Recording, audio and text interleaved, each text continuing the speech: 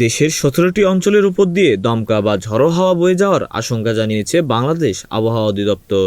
একই সঙ্গে বৃষ্টি বা বজ্রসহ বৃষ্টির সম্ভাবনা থাকায় সংশ্লিষ্ট এলাকার নদীবন্দরগুলোকে ১ নম্বর সতর্ক সংকেত দেখাতে বলা হয়েছে। বুধবার ভোর ৫টা থেকে দুপুর ১টা পর্যন্ত দেওয়া পূর্বাভাসে বলা হয়েছে, রংপুর, দিনাজপুর, রাজশাহী, পাবনা, বগুড়া, টাঙ্গাইল, ময়মনসিংহ, ঢাকা, ফরিদপুর, খুলনা, বরিশাল, পটুয়াখালী, নোয়াখালী, কুমিল্লা, চট্টগ্রাম, কক্সবাজার ও সিলেট অঞ্চলের ওপর দিয়ে ঘন্টায় ৪৫ থেকে ৬০ কিলোমিটার বেগে ঝড়ো হাওয়া বয়ে যেতে পারে।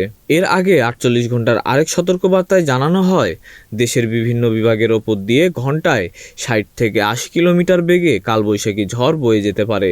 এতে তীব্র দমকা হাওয়া ও বজ্রপাতের ঝুঁকি রয়েছে। এছাড়া ৯৬ ঘন্টার ভারী বৃষ্টিপাতের পূর্বাভাসে বলা হয়েছে, দেশের কোথাও কোথাও ২৪ ঘন্টায় ৮৮ মিলিমিটারের বেশি অতি ভারী বর্ষণ হতে পারে। এর ফলে নিম্নাঞ্চলে অস্থায়ী জলাবদ্ধতা তৈরি হওয়ার আশঙ্কা রয়েছে। বিশেষ করে চট্টগ্রাম বিভাগের পাহাড়ি এলাকাগুলোতে ভারী বৃষ্টির কারণে ভূমিধসের ঝুঁকি রয়েছে বলে সতর্ক করেছে আবহাওয়া অফিস।